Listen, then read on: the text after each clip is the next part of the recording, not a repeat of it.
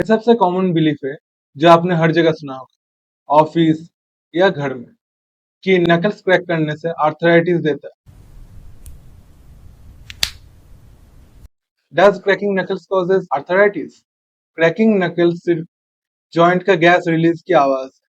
Studies ने prove किया है कि ये आर्थराइटिस नहीं ला, पर एक्सेसिव या फोर्सफुली करने से जॉइंट इरिटेशन या फिर स्वेलिंग हो सकता है।